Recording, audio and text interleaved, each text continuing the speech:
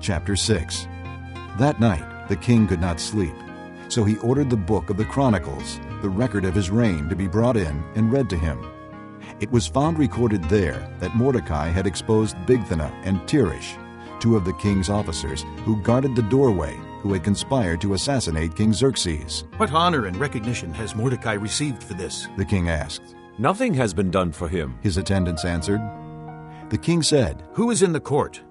Now Haman had just entered the outer court of the palace to speak to the king about hanging Mordecai on the gallows he had erected for him. His attendants answered, Haman is standing in the court. Bring him in. The king ordered. When Haman entered, the king asked him, What should be done for the man the king delights to honor? Now Haman thought to himself, Who is there that the king would rather honor than me? So he answered the king, For the man the king delights to honor, have them bring a royal robe the king has worn, and a horse the king has ridden, one with a royal crest placed on its head. Then let the robe and horse be entrusted to one of the king's most noble princes. Let them robe the man the king delights to honor, and lead him on the horse through the city streets, proclaiming before him, This is what is done for the man the king delights to honor. Go at once. the king commanded Haman. Get the robe and the horse and do just as you have suggested for Mordecai the Jew, who sits at the king's gate. Do not neglect anything you have recommended. So Haman got the robe and the horse. He robed Mordecai and led him on horseback through the city streets, proclaiming before him, This is what is done for the man the king delights to honor. Afterward, Mordecai returned to the king's gate, but Haman rushed home with his head covered in grief and told Zeresh his wife and all his friends everything that had happened to him. His advisers and his wife Zeresh said to him, Since Mordecai, before whom your downfall has started, is of Jewish origin, you cannot stand against him. You will surely come to ruin. While they were still talking with him, the king's eunuchs arrived and hurried Haman away to the banquet Esther had prepared. Chapter 7. So the king and Haman went to dine with Queen Esther, and as they were drinking wine on that second day, the king again asked, Queen Esther, what is your petition? It will be given you. What is your request? Even up to half the kingdom, it will be granted. Then Queen Esther answered, If I have found favor with you, O king, and if it pleases your majesty, grant me my life. This is my petition. And spare my people. This is my request. For I and my people have been sold for destruction and slaughter and annihilation. If we had merely been sold as male and female slaves, I would have kept quiet, because no such distress would justify disturbing the king. King Xerxes asked Queen Esther, Who is he? Where is the man who has dared to do such a thing? Esther said. The adversary and enemy is this vile Haman. Then Haman was terrified before the king and queen. The king got up in a rage, left his wine, and went out into the palace garden. But Haman, realizing that the king had already decided his fate, stayed behind to beg Queen Esther for his life. Just as the king returned from the palace garden to the banquet hall, Haman was falling on the couch where Esther was reclining. The king exclaimed, Will he even molest the queen while she is with me in the house? As soon as the word left the king's mouth, they covered Haman's face. Then Harbona, one of the eunuchs attending the king, said, A gallows 75 feet high stands by Haman's house. He had it made for Mordecai, who spoke up to help the king. The king said, Hang him on it. So they hanged Haman on the gallows he had prepared for Mordecai. Then the king's fury subsided. Chapter 8. That same day, King Xerxes gave Queen Esther the estate of Haman, the enemy of the Jews. And Mordecai came into the presence of the king, for Esther had told how he was related to her. The king took off his signet ring, which he had reclaimed from Haman, and presented it to Mordecai. And Esther appointed him over Haman's estate. Esther again pleaded with the king, falling at his feet and weeping. She begged him to put an end to the evil plan of Haman the Agagite, which he had devised against the Jews. Then the king extended the gold scepter to Esther, and she arose and stood before him.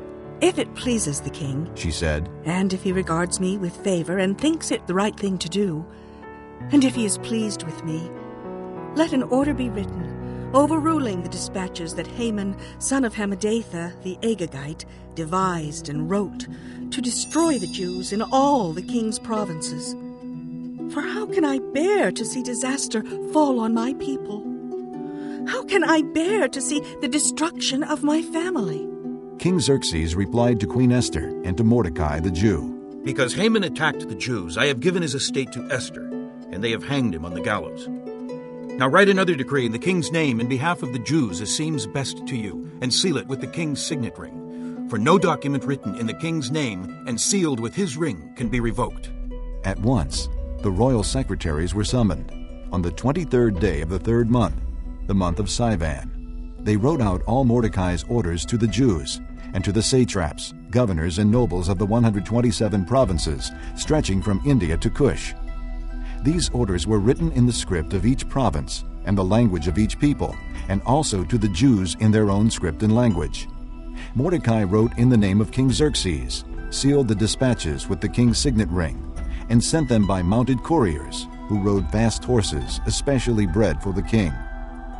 The king's edict granted the Jews in every city the right to assemble and protect themselves, to destroy, kill, and annihilate any armed force of any nationality or province that might attack them and their women and children, and to plunder the property of their enemies.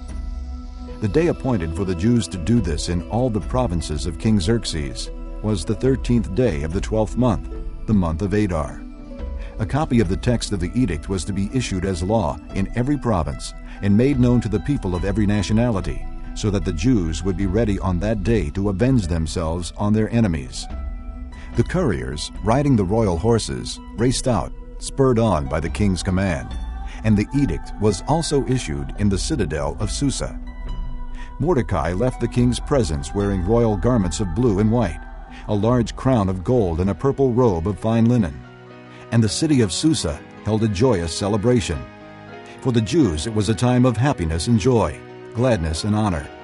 In every province and in every city, wherever the edict of the king went, there was joy and gladness among the Jews, with feasting and celebrating. And many people of other nationalities became Jews because fear of the Jews had seized them. Chapter 9. On the 13th day of the 12th month, the month of Adar, the edict commanded by the king was to be carried out. On this day the enemies of the Jews had hoped to overpower them, but now the tables were turned, and the Jews got the upper hand over those who hated them. The Jews assembled in their cities in all the provinces of King Xerxes to attack those seeking their destruction. No one could stand against them, because the people of all the other nationalities were afraid of them. And all the nobles of the provinces, the satraps, the governors, and the king's administrators helped the Jews, because fear of Mordecai had seized them. Mordecai was prominent in the palace. His reputation spread throughout the provinces, and he became more and more powerful.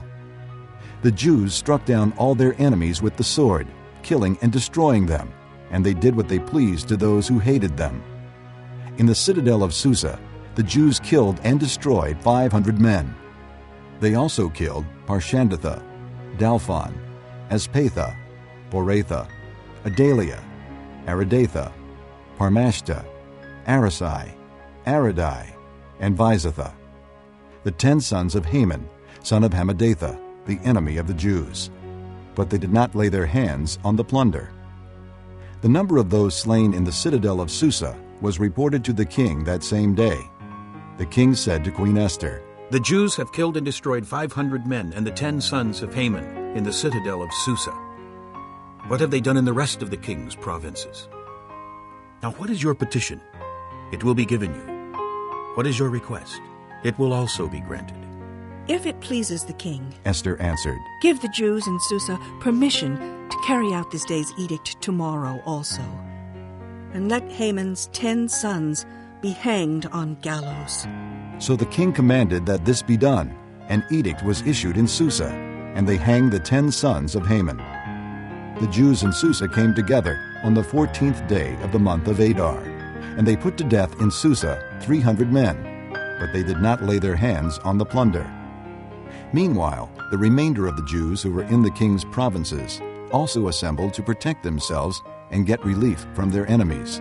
They killed 75,000 of them, but did not lay their hands on the plunder. This happened on the 13th day of the month of Adar, and on the 14th they rested and made it a day of feasting and joy. The Jews in Susa, however, had assembled on the 13th and 14th, and then on the 15th they rested and made it a day of feasting and joy. That is why rural Jews, those living in villages, observe the 14th of the month of Adar as a day of joy and feasting, a day for giving presents to each other. Mordecai recorded these events, and he sent letters to all the Jews throughout the provinces of King Xerxes, near and far, to have them celebrate annually the 14th and 15th days of the month of Adar, as the time when the Jews got relief from their enemies, and as the month when their sorrow was turned into joy, and their mourning into a day of celebration. He wrote them to observe the days as days of feasting and joy, and giving presents of food to one another, and gifts to the poor. So the Jews agreed to continue the celebration they had begun, doing what Mordecai had written to them. For Haman, son of Hammedatha, the Agagite, the enemy of all the Jews, had plotted against the Jews to destroy them, and had cast the pure, that is the lot, for their ruin and destruction. But when the plot came to the king's attention, he issued written orders that the evil scheme Haman had devised against the Jews should come back onto his own head, and that he and his sons should be hanged on the gallows. Therefore these days were called Purim, from the word pure.